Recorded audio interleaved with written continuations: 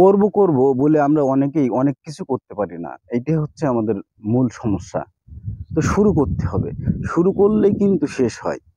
ভালো করে ইনভেস্টিগেশন করে তারপরে আপনাকে যেকোনো কাজ শুরু করতে হবে। তাহলে আপনি পিছনে পড়বেন না।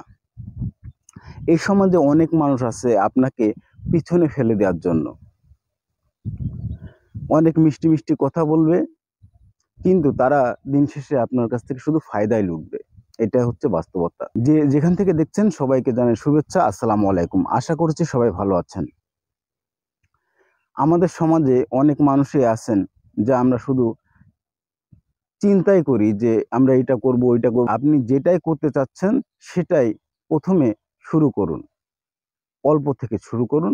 তবে কিন্তু আপনি সফলতার মুখ দেখতে পারবেন।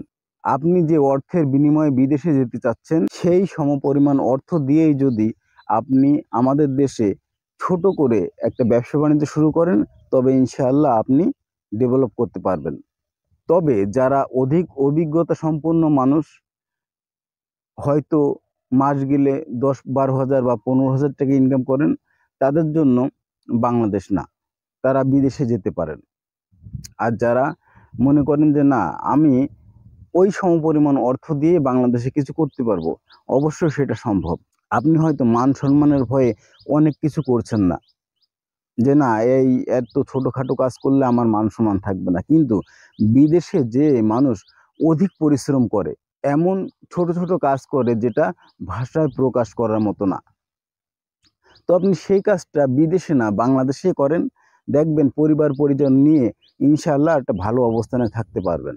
তবে সর্বদাই চোখ কান খোলা রেখে আপনাকে চলতে হবে, কাজ করতে হবে।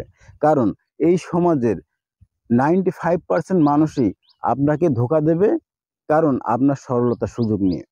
তাই কাউকে সরলতার সুযোগ কখনোই দিবেন না। সর্বদা চেষ্টা করবেন আপডেট বাজার সম্পর্কে তথ্য সংগ্রহ করার।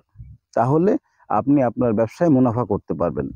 আমরা অনেকেই আছি যারা শিক্ষিত হয়ে এখন বেকার বাসায় বসে আছি। কেউ কেউ ছোটখাটো একটা চাকরির জন্য অ্যাপ্লাই করেছে, কেউ কেউ ছোটখাটো দোকানে কাজ করার জন্য ব্যবস্থা নিচ্ছে, কেউ কেউ ছোটখাটো দোকানেও কাজ করার জন্য চিন্তা ভাবনা করছে। আসলে আপনি যদি আর্থিকভাবে মোটামুটি সচ্ছল হয়ে থাকেন, আপনার কাছে যদি অন্তত ২০ থেকে ৫০ হাজার টাকার একটা অ্যাবিলিটি থাকে, তাহলে আপনি ছোটখাটো অনেকগুলো ব্যবসা করতে পারেন। কি কি ব্যবসা করতে চান সেটা অবশ্যই কমেন্টে জানাবেন। আমি আপনাদের সহযোগিতা করার চেষ্টা করব। বিদেশ নয়, বাংলাদেশেই ব্যবসা করলে উন্নতি হয়। যে যেখান থেকে দেখছেন আবারও সবাইকে শুভেচ্ছা। ভালো থাকবেন, ভালো রাখবেন এই প্রত্যাশায়। আল্লাহ হাফেজ।